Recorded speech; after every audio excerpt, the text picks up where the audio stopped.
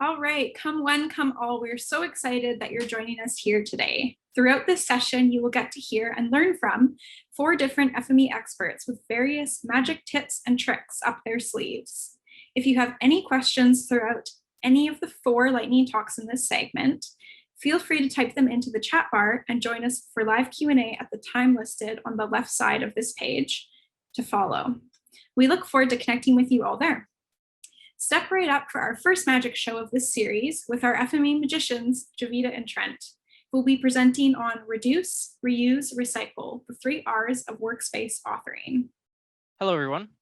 So reduce, reuse, and recycle. We've taken this popular concept, and over the next 20 minutes, we'll be sharing with you how you can apply this approach to your FME workspace or workbench authoring tasks, and more importantly, why you'll want to.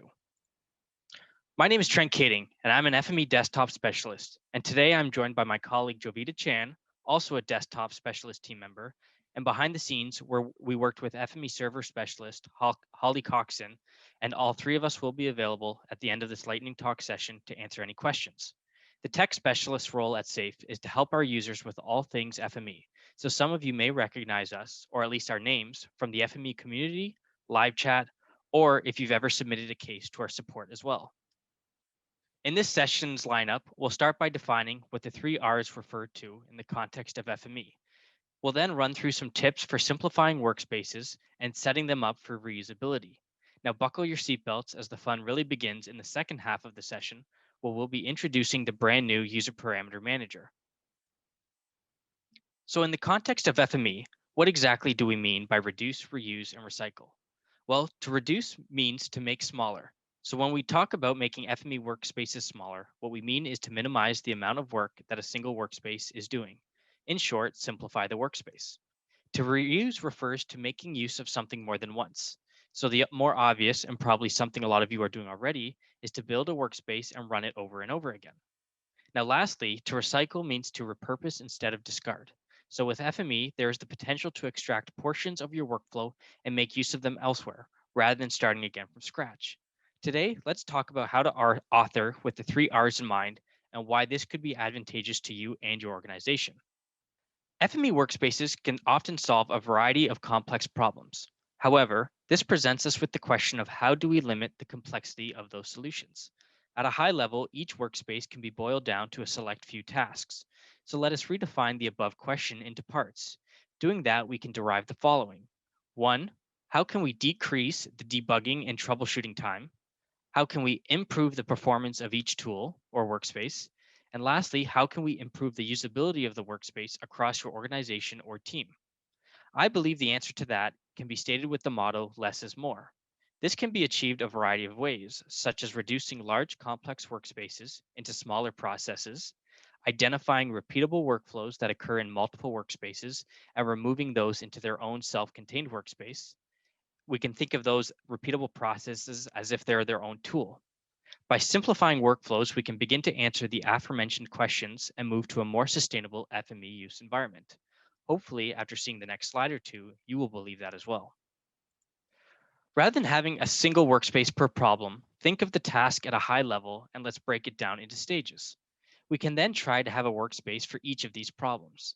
This allows us to improve usability and performance. By reducing the scope of each task that is achieved in a workspace, you improve the usability of that workspace from within your organization, as well as improve the performance and troubleshooting experience. Is there a workflow that you can identify that you repeat in each of your workspaces? If so, could this be removed from the workspace and reside as its own self-contained workspace or tool that is then referenced by these others? It may be helpful to think of these repeatable processes as a tool for you to use as needed, rather than duplicating sections of your workflow into multiple different workspaces. Now, earlier I mentioned the motto of less is more. What this refers to is the idea that while workspaces can be used to solve complex organizational problems, why does this have to be solved in a single workspace? Why can't we break that up into smaller workspaces that still solve the issue as a whole when combined? In the next 2 slides, we will show a brief workspace that is an all-in-one solution. In practice, this is potentially not ideal. We could then take a look at how this monster of a workspace should be broken down into a more sustainable solution. Now, lastly, once you have identified recurring tasks or have split larger workspace into a more manageable solution, you can look at chaining these together. This could work on the same input file that is being written to, or passing on the destination file to the next process and workspace, and so forth, thus keeping your work at each stage. Those workspaces can then be chained together either using the workspace runner or using automations in FME server. Now imagine being handed this workspace. How exactly would you want to try and determine what is occurring or going on, or go about troubleshooting a potential problem? Imagine a new user being handed this after their FME expert has moved departments. While an all-in-one solution is great, the downsides can be measured in terms of upkeep, possible performance hits, but more importantly, it presents usability issues. Opening this workspace, you cannot just dive into it, unless you had some level of experience with developing or using it. Now, if we manage to reduce this workspace down to its core points, we could split this workspace to be far more manageable to its users, while likely also gaining some performance increases. Now, if we look at that same workspace and reduce it down to its core processes, we would see we have 6 different tasks. As a result, we could reduce this one large workspace into 6 separate workspaces. This will not only reduce the overall complexity of the task, but also improve the performance and usability as well as the troubleshooting experience. Now, the workspace that you see here in this slide could be broken down into a workspace for schema mapping. We could have 4 or 5 workspaces for topology fixes or changes. And then lastly, we could have a workspace for assembly creation. Now, each of these could and probably should have their own workspace. Now, it's important to note that workspaces grow over time. As such, it is helpful to optimize new and existing workflows. As you have seen with the above workspace, which is used for a utility network asset package migration, workspaces do grow over time. What started out as manageable can quickly get out of hand. Now, here's just a quick example of what chaining workspaces could look like in FME desktop. Now, this same type of process could be replicated in an FME server using automations. We've grouped together reuse and recycle because we felt that there's a lot of overlap in the two. While reusing might mean less work and all, recycling means taking parts of what we've created and using it as a part of something else. But before we talk about the how, let's touch on the why. Why might you want to reuse a workflow? For the most part, if you're taking the time to build a workspace, it's for a task that needs to be performed more than once, so being able to reuse it will ultimately save you a great deal of time and effort. FME is a tool that gives you the ability to build the workflow once and then perform an array of tasks over and over as needed, all while removing the complexity for the end user who can simply provide the input. With recycling, the idea is that nobody wants to redo work that they've already done. For example, it may be that you need to work with a web service application by performing a series of API requests. Even if the endpoint is different, the application is the same. So rather than starting from scratch, you've already got the building blocks. By that, I mean the authentication and header requirements, as well as how to parse out the response. Other examples of repeatable logic include data validation. Perhaps you have a series of different field collection tasks, but all the incoming data needs to be verified against the same set of business criteria. While the input of the workspace may differ, the series of transformers that perform the actual validation could be the same and therefore repurposed across workspaces. Similarly, you might find that you're using a sequence of transformers to depose aggregate or collection geometry into points, lines, and polygons, and this could be a part of the workspace that you can take to use elsewhere. The list goes on. Let us know in the chat if there is a series or a process, The list goes on. Let us know in the chat if there's a process you've already recycled across your workflows. So how can we author workspaces for reusability? Either so they can be run over and over again, or so they can be easily repurposed. The first step is to identify those frequently used processes, or any logic in your workflow that might be valuable to be used again. The next step is to implement a solution that will make it easier for your team to reuse should the need arise. You don't want to be sending your unsuspecting colleagues or your interns into the workspace to hunt for that one part that does something. There are a number of different steps authors can take when preparing for reusability. First, let's touch on what I'd say are best practices, and reusability is just one reason why we'd recommend you start to work with these in mind. If you've ever opened a workspace and thought, this makes no sense, what am I even looking at? Well, I've definitely been there. Even with workspaces I created just a month ago, and then I have to spend all this time working through all the steps, opening and closing transformers to see what I was thinking. Instead, when you're building a workspace, consider adding annotations as you go and grouping like sections together with bookmarks. That way, if someone else is looking to reuse the workspace, it can be shared easily. And if you're looking to pull out some logic to repurpose it, it can be quickly identified through a single bookmark. When I think about template workspaces and parameter presets, I'm thinking about the building blocks of a process. Let's take API requests as an example. The HTTP caller is the go-to transformer for working with web service, but it can be quite complex, and there are a number of parameters that need populating. Once configured, you can save these as a preset, and you can reload them easily in the next workspace that uses this API.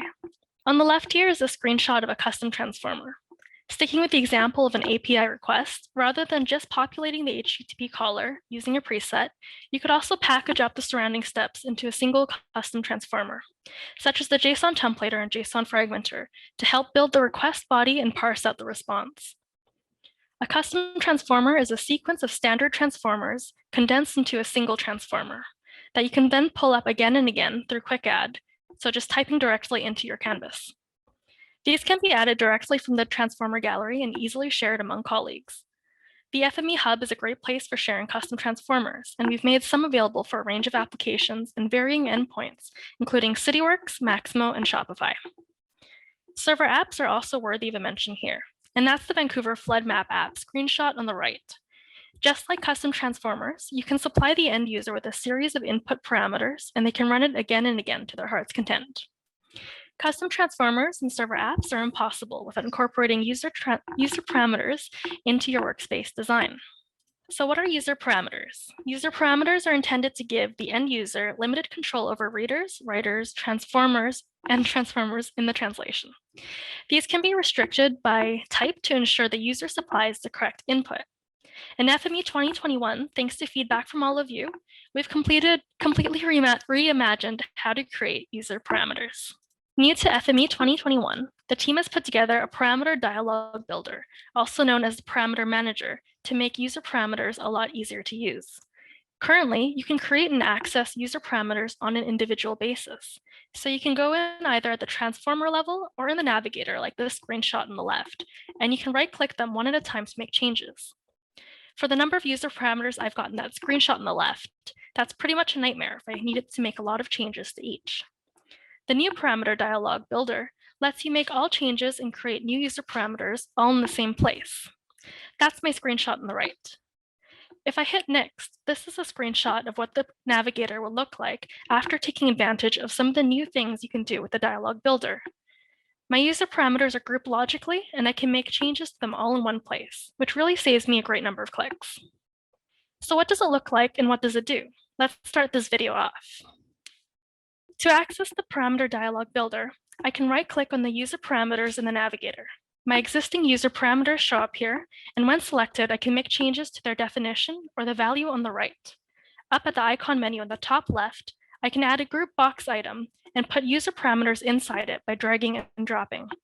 From the same selection menu, I can choose new types of user parameters that I might want to add. The nice thing about the parameter groups or group boxes is the ability to name it something meaningful. Here, I've named the group box source for the user parameters, specifying my source file, format, and coordinate system, and destination for the destination file, format, and coordinate system. Group boxes can also be configured to have a different default states. So here, I've selected my destination parameter group to be collapsible and my source parameter group to be checked. And now we can take a look at what they might look like if we accepted all those changes by hitting preview. If you want to go and check this out in FME 2021, you can find this parameter dialog builder either by going to the menu bar up top, Tools, and then select Manage User Parameters, or you can do it the way I did earlier, of right-clicking on the user parameters in the navigator. If I don't already see the navigator open, you can always go to Windows and check Navigator. If you're someone that creates custom transformers or authors workspaces for many different users, I imagine this will be a really helpful tool to let you customize the interface for a much better user experience. Stay tuned for 2021.1 as we are working on introducing parameter dependencies, and into the future, there are plans to add support for these changes in FME server as well.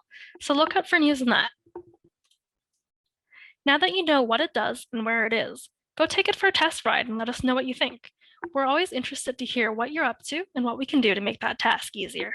We've got a few resources here on using the parameter manager as well as organizing your workspace, so feel free to check that out in the slides afterwards. Thank you. All right, thank you so much, Shweta and Trent. Just a reminder for those viewing this session during the live time, please feel free to chat in any questions that you might have for these two in the chat, and we'll be sure to address those during the live Q&A portion following our presentations. Next up, we have the art of catching failures in FME server automations with Holly.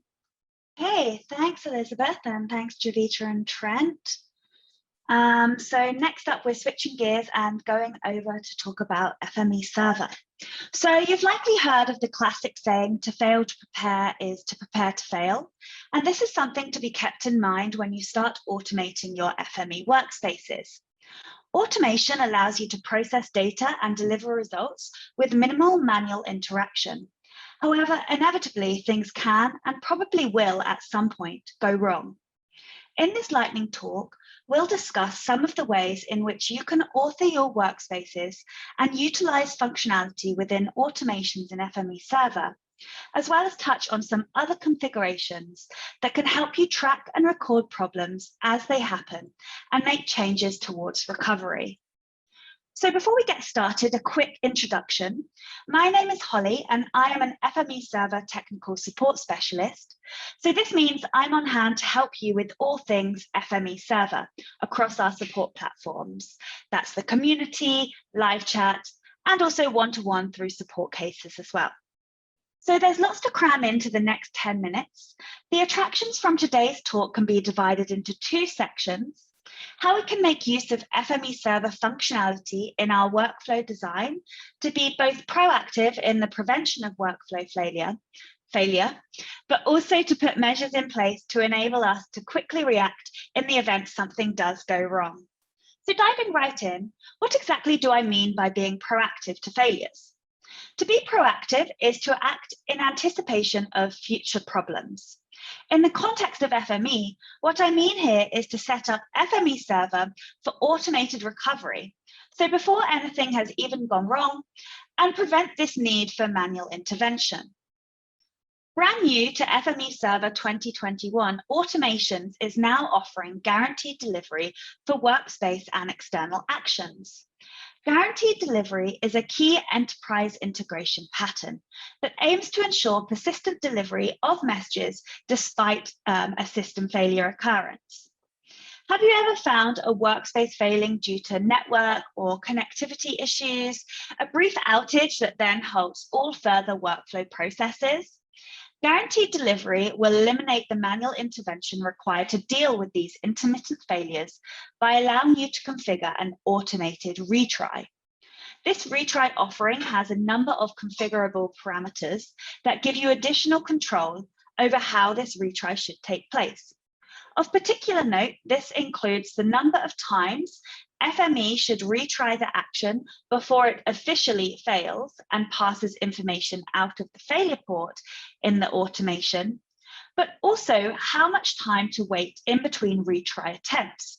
This is particularly important for handling failures due to that network connectivity.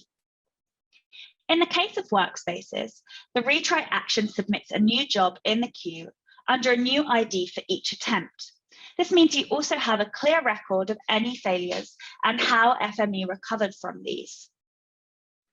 I won't go into details on this today, but if you only want to perform a retry for certain failure types, you could also explore the concept of looping in automations.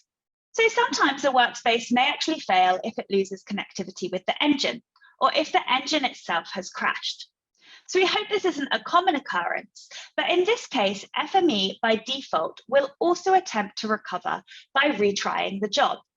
However, since this was a back-end failure, this recovery attempt often goes unbeknownst to the FME user because the translation is submitted under the same job ID.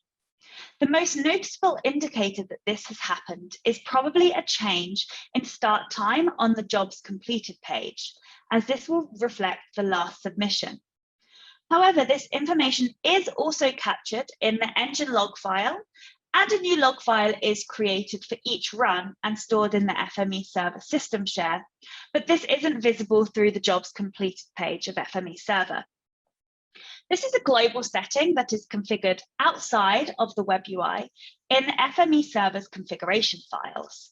And by default, this setting is enabled and jobs are set to retry up to 3 more times. So as an FME server author, I feel it's important to be aware of this setting, because whilst it may be handy, there may be some scenarios in which you don't want a job that was half run to be resubmitted.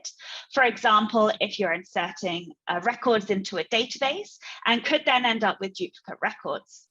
So whilst this is a proactive approach that can help recover from any failures on FME server, as it's not as customizable as the guaranteed delivery, you may actually prefer to turn this off and then catch these failures in another way. So it's impossible to predict and prepare for every scenario in which a failure could occur, but there are numerous strategies that can be applied in FME to ensure that as users, we can catch and recover from these failures. To be reactive is to do something in response to a problem when it occurs. So in FME, in order to be reactive to failures, we still need to take a proactive approach that will allow us to catch failures in order to make these informed decisions and then go on to react to them in a timely manner. So you can only react to a failure if you are aware that it has happened. So if a failure occurs, you want to know about this immediately so that you can bounce back as quickly as possible. So in order to do this, you need to send informative notifications about a failure that specify exactly what portion of the workflow failed. So for example, this might be the trigger, the workspace run itself, or an external action. And in the case of the workspace, what stage of the translation the failure occurred, as well as what time that this failure happened. All of this information will allow you to perform a quick analysis of the issue to help troubleshoot and determine a solution to the problem. Within the workspace, if there are multiple ports on a single transformer, for example, a rejected or a failed port, or perhaps you just have a filter that returns line geometry when the input should only be points. In all of these scenarios, you could also add in some workspace logic to help deal with these failures with the features leaving these ports when you don't expect them to. So for example, consider ending workspaces immediately using a terminator if this will affect downstream processing, or logging these features in some way so that they can be dealt with later. You can also make use of the automations writer. New in 2020, this writer allowed you to pass features and attributes out of your workspace and downstream into further automation processes. Perhaps sending these features into a second workspace that performs some additional tests or validation before being resubmitted, or sending this information straight into a notification to send details of the failed feature to the workspace author so that they can then investigate the problem further. So for example, from a rejected port, you can include the error code and error message, as well as details from the automation, such as the job ID. So when sending out notifications, you can also consider what medium you'd like to use to share this information. Within FME Server, you're not limited to email. We also have an HTTP request action that makes it easy to integrate with APIs. So if your primary medium is Slack, then that's a possibility as well. So most failures are going to occur at the translation level, but it's important to consider the possibility that failure could occur at the FME server system level. So in this case, check out system events, where a variety of FME server activity is reported, and receive notifications if a change has been made, for example, to a database connection, or if there are errors or warnings reported in the core log files. Perhaps you're running low on dynamic engine credits, or your license is near expiry. All of these things could impact the running of your workspaces. So it's good to be aware of system events as well. You can also take it one step further and monitor the overall health of your FME server using an external tool and calling the API to ensure FME server is always responsive and ready to process jobs. So this was a very quick overview of some of the possible methods to use to help manage failures. But what did I miss? Let us know in the comments if there are any other tools you are using to help handle any unexpected outputs. And if you're not already making use of FME Server, then you can definitely get started with a free trial today as well. So thanks very much for listening. And don't forget, if you do have any questions, please reach out in the comments. Thanks so much, Holly. I definitely learned a lot from this talk, and I'm sure our attendees did as well. We are excited to chat with you all about any questions you have from Holly's talk during the live Q&A portion of this session time listed on the left. Next, we'll pass the mic over to Mark, who is going to teach us about optimizing FME for cloud databases. Okay, welcome to our enlightening lightning talk on optimizing FME for databases. I'm Mark Stokes presenting, but the material I've got here was pulled together with a lot of help and great ideas from my colleague Steve McCabe, who's also one of our database experts here. We're going to be looking at some tips on how to optimize FME for databases, mostly around getting the best performance out of FME and your database interaction.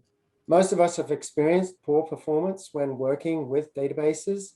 Well, that's probably particularly true now that many of us have been working at home and have had to depend on our corporate VPN and our local internet service providers.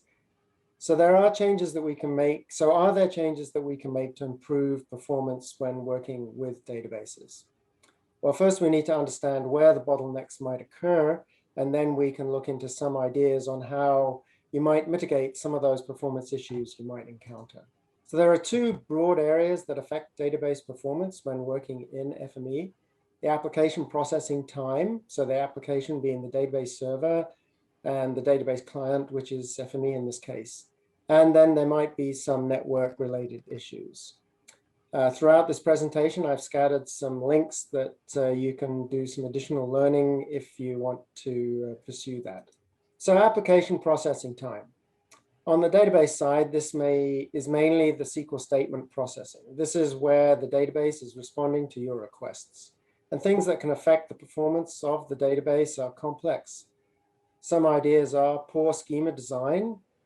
This can lead to very slow queries. It's actually one of the reasons why Esri is redesigning their utility network model. And the old ArcGIS geometric network that had many separate feature classes for every object. And the newer utility network consolidates some of those into far fewer feature classes, which will make for much faster queries. Inefficient queries, so using select star and grabbing everything instead of selecting only the required columns. You can also make poor indexing choices and maybe not maintaining your databases. In updating your indices, in something like PostgreSQL, there's a vacuuming tool that allows you to compress your tables as well. And within FME, where you're doing your actual feature processing, reading more features or rows than you need to, reading more attributes than you need to, and be aware of blocking transformers that try and use some of the optimizations that are available within those transformers, and overall just good workspace design. So that's where the application processing time can get sucked away. Next possible performance bottleneck are the network related issues. Network related issues are usually related to latency or bandwidth.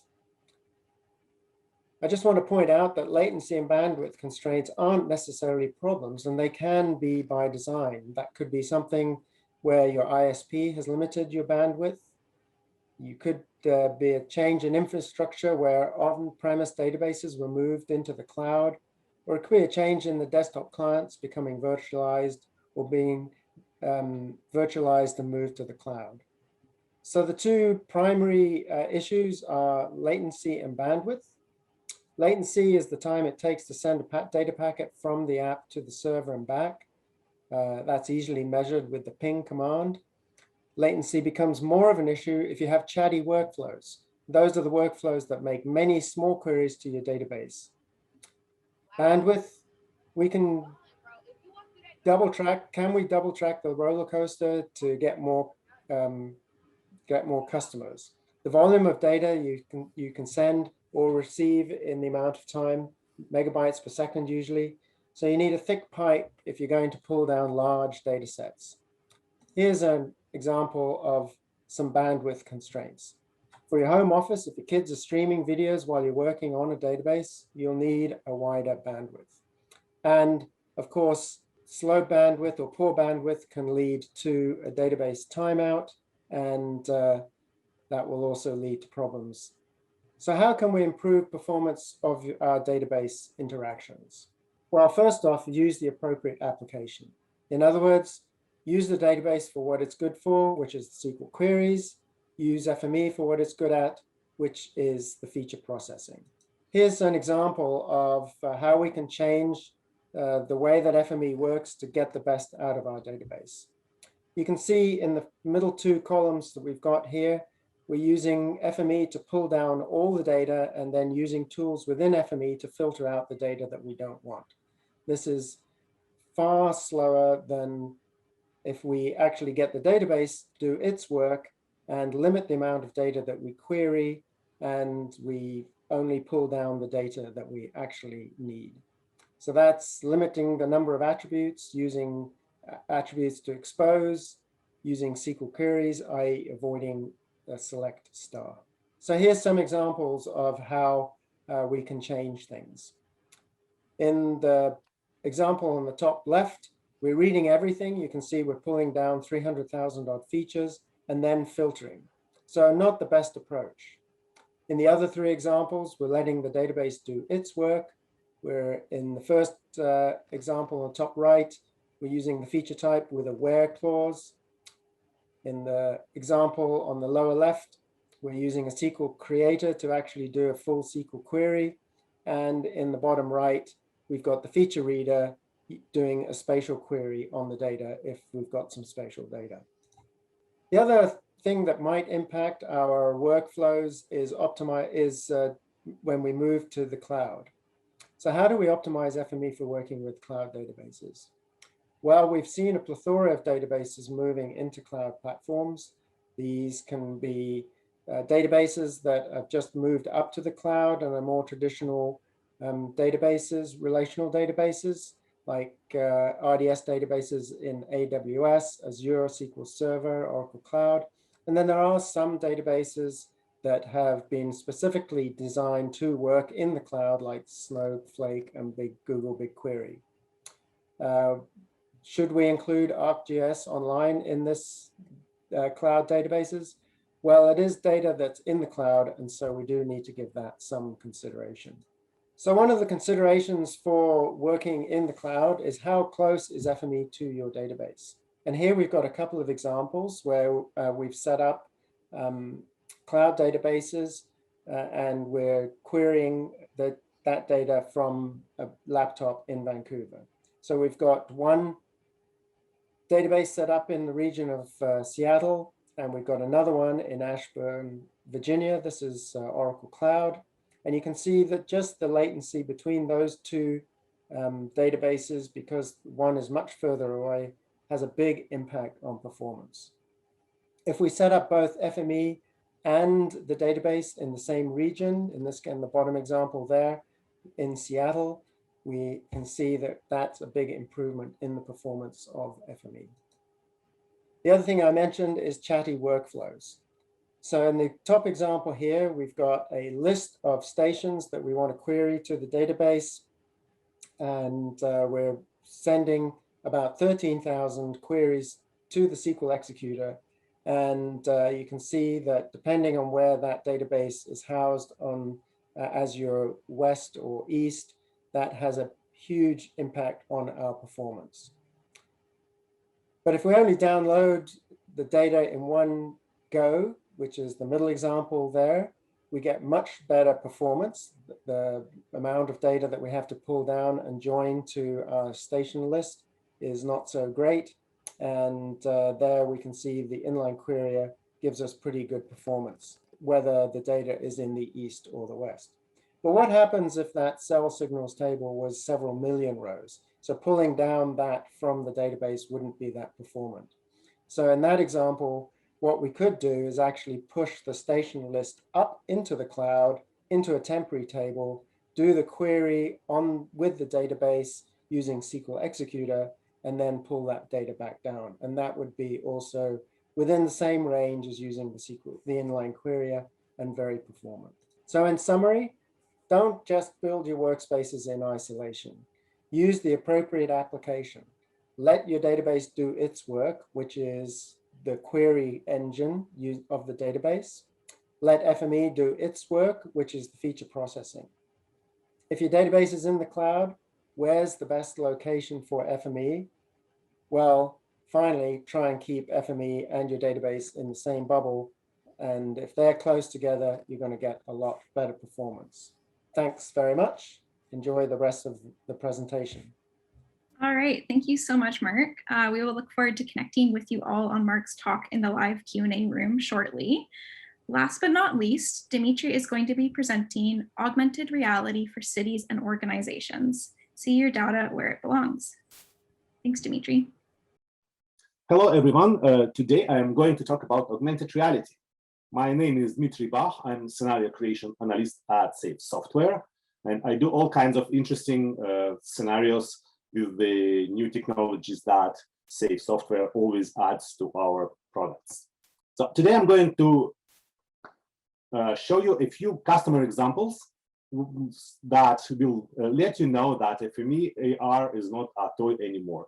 That's how we began. It was a simple viewer for 3D models, which you could place on a desk or on your floor and walking around. But nobody switched from viewing the data on the screen to viewing on a screen of your monitor to your phone to just view the data. That wasn't very convenient, but that was very exciting and engaging first step. So I will shortly explain how FME AR works. I will talk about challenges that we face with this new technology. Then I will switch to some practical uses. And that's the most interesting part, because now we have a few organizations using it in their work. And then I will conclude with telling about our plans for the future. First, the necessary components to make AR work with FME. So FME Desktop is the environment where you design your workflow. So where you take your data, whatever it is, however it looks, and transform it to a 3D model, which FME AR format actually is. So in that respect, there is not much new or different from your traditional workflows where you transform your data. FME Server or Cloud and FME Data Express are really good components to have, but you don't have to have them to begin. And FMER is the viewer itself, where you actually open the AR models and view them in the real world. So how does it work? Here is an example of a workspace where I take a SketchUp model, make sure that it is transformed to meters, make sure that it's placed in the center of the model, and then save it to FME AR workspace. Along with that, I also write a geographic location where I would like to see this model. So it can be just a latitude and longitude. And it also goes to a FMER file. And then I can go outside and see the model where I wanted it to see. So like the star is in my backyard. So, and this is a good way of creating one-time models or static models or small models. The problem begins when you have a really large data set and you don't know where you would need your augmented reality. For example, imagine a city, lots and lots of layers of information, and you may need just a specific area, a specific address, an intersection. In that case, FME server and Data Express will help you a lot to make it more efficient. So in this case, how it would work, you would have a similar workspace that I showed on the previous slide. You will upload it to the cloud and it becomes a service. And then you go where you need to go, submit your location with the FME Data Express. That's what you see on the left. The request goes to the cloud where the workspace runs, generate an FME AR model for that particular location. So you don't have to maintain several data sets, so that your normal database and your AR database, it will be generated on your request and sent only for that area where you are. And it will be sent back to Data Express, which knows that if it receives back an AR model, it should open it in FME AR app. So in that, then you will get an output that you can see on the right. So some challenges, of course. It's a new technology and it's, of course, not perfect yet. So one of the issues can be stability of the model. So you can place it nicely and then walk a little bit around and then not see it where it belongs. So it may be shifted or jumped up a little bit. And especially that is hard when we work in hilly areas. So for example, I live here on a mountain and I have to drive to flat areas to get around those problems, but it also may work there. And the technology develops and it works better and better. So for example, having LiDAR with new iPhones and iPads helps a lot for stability and for stability of the model and tracking while an observer moves. Then GPS and compass sensors in the devices are not perfect. They might be off by a few meters or a few degrees. But for that, we can either attach or connect to an external GPS or adjust the model with our fingers on the screen. Then it's pretty hard to maintain two platforms, iOS and Android. We are working on Android, we don't have it yet, but it's a pretty challenging situation. So we basically have to have two different apps. So, and now let's see a few examples, including the ones that we received from our customers that began using augmented reality. So around November, I came to a conclusion that we cannot see through surfaces. That was quite disappointing, but then I came to an idea that if we cannot see through a surface, we can just hide a surface behind its digital twin. So in this case, I just put the surface, the asphalt, on top of the normal asphalt, and then just can do whatever I want with that. I can drill a hole and see inside. So that's the very first test I made with this concept of the portable hole. Similarly, you can see through walls or through ceiling, through whatever you want. So, and Varberg municipality in Sweden, they saw this example, they really liked it, and they would like to try it themselves. For a bigger thing than just a pipe, they would like to visualize a railway tunnel going under their town. So here it is in its real location. And I think this looks really interesting, very attractive. So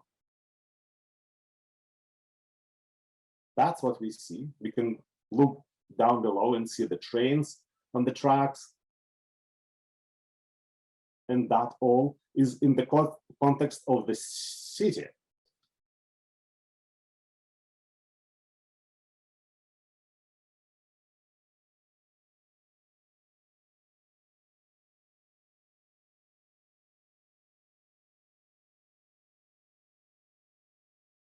Now comes a scary part.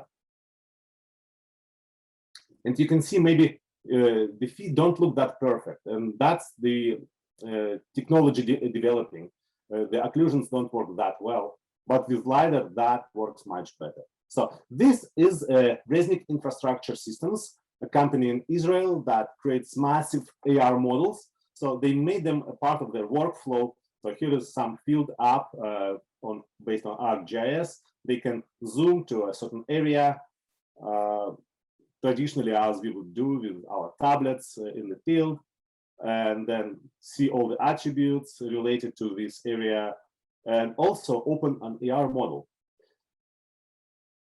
And here it is. So they made that a great use of that concept of the portable hole.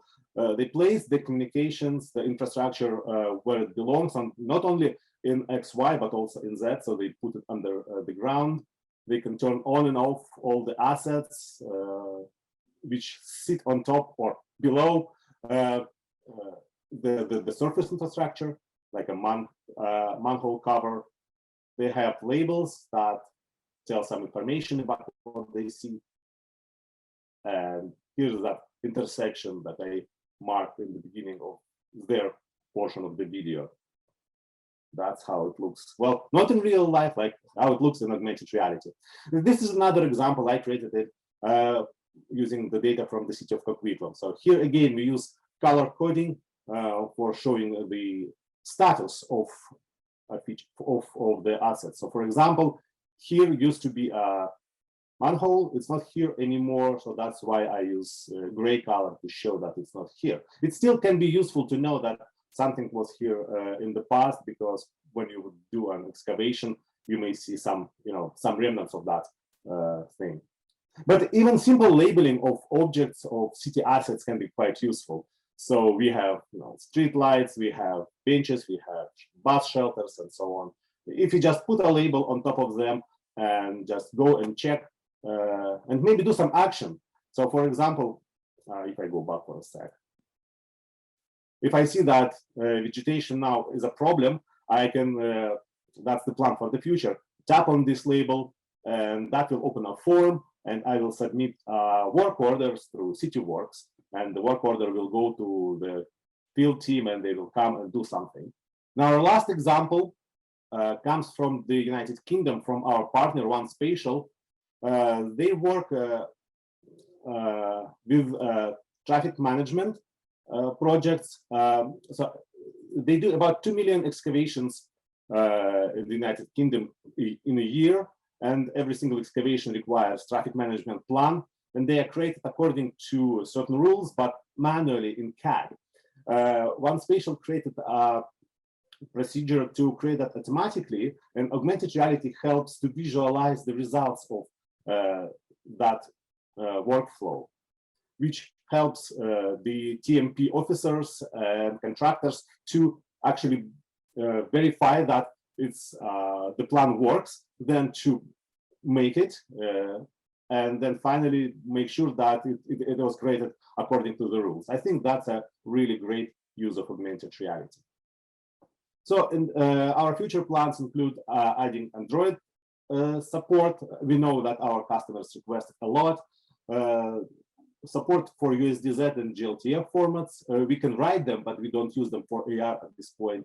Attribute support, where you would be able to just tap on a feature and get its attributes. Smart labels, which will behave depending on where you are and what you would like to see. And actionable models that I showed when I showed the label on a street light, where you maybe just tap on something and something happens. Maybe another workspace runs. So I hope this presentation shows you that FME is not a toy anymore, that cities and organizations begin using it, and maybe it's time for you also to try augmented reality. So you can talk to me directly about that. And today we would like to hear a question, so just ask in the chat window. Thank you. All right, thanks so much, Dimitri. I find myself continuously fascinated with augmented reality. Really cool stuff. We encourage you all to join us in the live Q&A session shortly, and we will look forward to chatting with you all about any questions you have that have come up during these 4 lightning talks.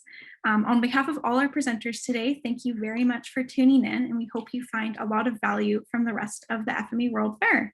Thank you. Bye.